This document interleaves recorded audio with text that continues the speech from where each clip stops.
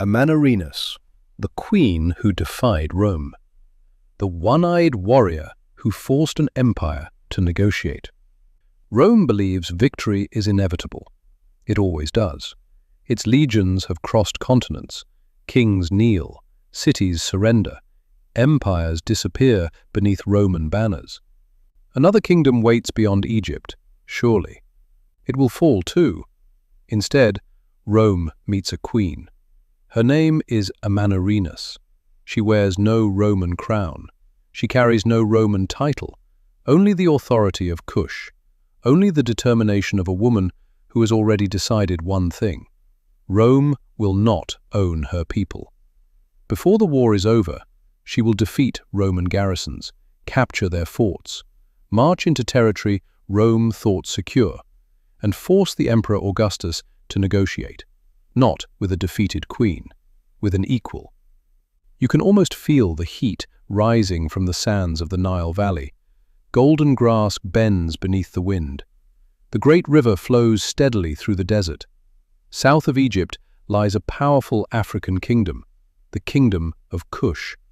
Its capital is filled with temples, royal palaces, markets crowded with merchants from every direction. Gold, ivory, iron, exotic animals. Trade routes stretch across northeastern Africa. Kush is wealthy, independent, proud. Its rulers carry an unusual title, Kandake. The Greeks and Romans translate it as queen, but the word means far more. A Kandake governs, commands armies, protects the kingdom. Sometimes she rules beside a king. Sometimes she rules alone. Into this tradition rises Amanirenas. History leaves her early life almost completely hidden. We do not know exactly where she was born, or how she spent her childhood. Ancient Africa often speaks through fragments. Yet the woman who emerges from those fragments is unforgettable, strong, fearless, highly respected. At some point, she becomes Kandake of Kush. Then the world changes. To the north, Rome conquers Egypt. The last Ptolemaic ruler, Cleopatra VII, falls. Suddenly, Rome stands directly on Kush's border. The most powerful empire on earth has become her neighbor. Peace does not last. Taxes, border disputes, Roman expansion. Tension grows with every passing season. Many rulers would seek compromise. Amanirenas prepares for war, because she understands something Rome has forgotten. Not every kingdom fears an empire. Some are willing to fight. And Kush has no intention of becoming another Roman province. The Roman governor is confident. He commands disciplined legions, veteran soldiers, heavy infantry, engineers, the finest military machine the ancient world has ever seen. Across the border, Amanirenas studies them carefully. She has no intention of fighting Rome on Roman terms. The deserts belong to Kush, the river belongs to Kush, the mountains belong to Kush.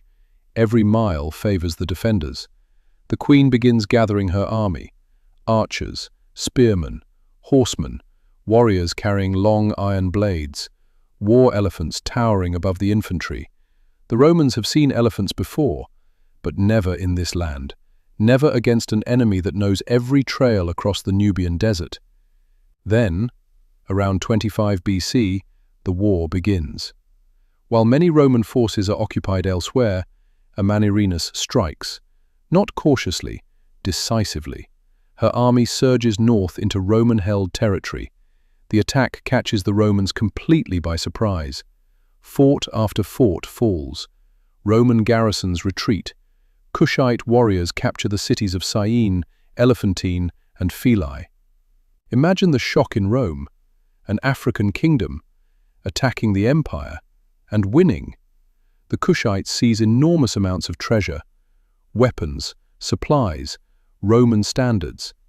Then they find something even more symbolic, a bronze statue of Emperor Augustus. To Rome, the emperor's image represents imperial authority. To Amanirenas, it represents occupation. According to later archaeological evidence, the statue is taken south. Its bronze head is eventually buried beneath the steps of a Kushite temple. Every person entering the temple unknowingly walks over the emperor's face. A message could hardly be clearer. Rome is not worshipped here, it is trampled. The Roman response comes swiftly. The experienced governor Gaius Petronius marches south with thousands of legionaries. This time, the empire fights back. Roman discipline begins reclaiming lost territory. Fortifications are rebuilt. Kushite forces withdraw deeper into familiar ground. The campaign becomes brutal. Scorching heat, long supply lines, relentless marches across unforgiving desert. Neither side finds victory easy. Then comes one of the defining moments of Amanirenas' life. During the fighting, she loses an eye. We do not know exactly how. An arrow, a spear, another battlefield wound. The ancient sources remain uncertain. What matters is this: she survives. Most rulers would retire after such an injury. Amanirenas continues commanding. Now, her scar becomes part of her legend. A queen who has literally sacrificed part of herself for her kingdom. The Romans continue advancing. Eventually they reach the Kushite city of Napata. Temples burn. Buildings are destroyed. Rome declares victory. But Petronius notices something troubling. The Kushite army is still intact. Amanirenas is still free.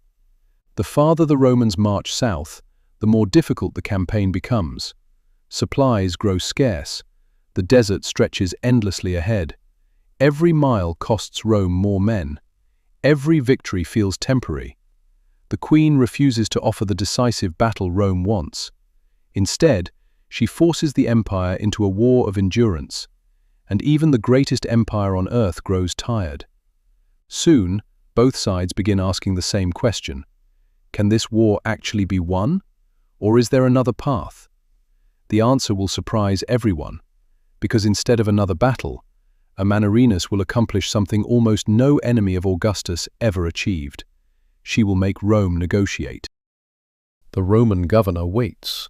Surely now, after burning cities, after marching deep into Kush, after demonstrating Rome's strength, the queen will surrender. He does not yet understand Amanirenas. She has not spent this entire war trying to defeat Rome. She has been trying to convince Rome that Kush is too expensive to conquer. Every campaign costs money: food, soldiers, animals, equipment. Every mile south stretches Roman supply lines farther across the desert. Every fort demands another garrison. Every victory requires another occupation. Rome begins asking an uncomfortable question: is Kush worth it? Meanwhile, Amanirenas asks a different question: have we protected our freedom? If the answer is yes, then perhaps the war has already been won. Instead of launching another massive invasion, the queen sends envoys north, not begging for peace, offering terms. The messengers travel through the Nile Valley, across Roman checkpoints, toward representatives of Emperor Augustus. The emperor's advisors expect tribute, submission, concessions. Instead, they meet negotiators who speak with remarkable confidence. The Kushites refuse to admit defeat because they have not been defeated. According to ancient accounts, one Roman official asks why Kush has resisted Rome so fiercely. The answer is simple: because freedom has no price. Eventually, representatives travel to the Greek island of Samos, where Augustus is staying.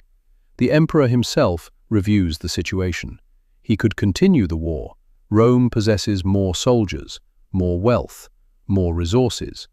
But Augustus also possesses something equally important: practical judgment.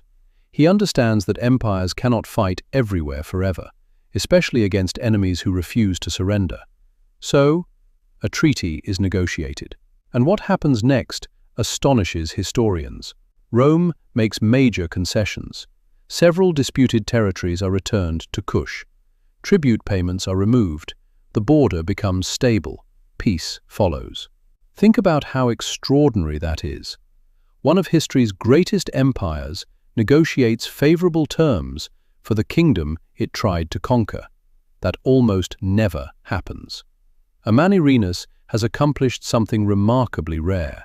She has forced Rome to respect Kush, not through surrender, not through endless victory, but through determined resistance. For generations afterward, the frontier remains largely peaceful. Trade resumes. Merchants once again travel the Nile. Roman goods move south. African gold, ivory, iron, exotic animals move north. Both civilizations prosper more through commerce than they ever did through war. Centuries later, travelers visiting the ancient Kushite city of Meroe discover something remarkable: the bronze head of Augustus, exactly where archaeologists eventually uncover it, buried beneath the entrance to a temple. Every worshipper who entered the sanctuary would have stepped upon the emperor's face, a lasting symbol, not of hatred, but of independence. Rome ruled much of the known world. It never ruled Amanirenas. History grows quiet after the treaty. The records tell us little about her final years. Like so many ancient rulers, she slowly disappears into the silence of time. Yet her legacy refuses to vanish, because every generation rediscovers her story. A queen who faced the greatest military power on earth, a warrior who continued leading after losing an eye, a ruler who defended her people without surrendering their freedom.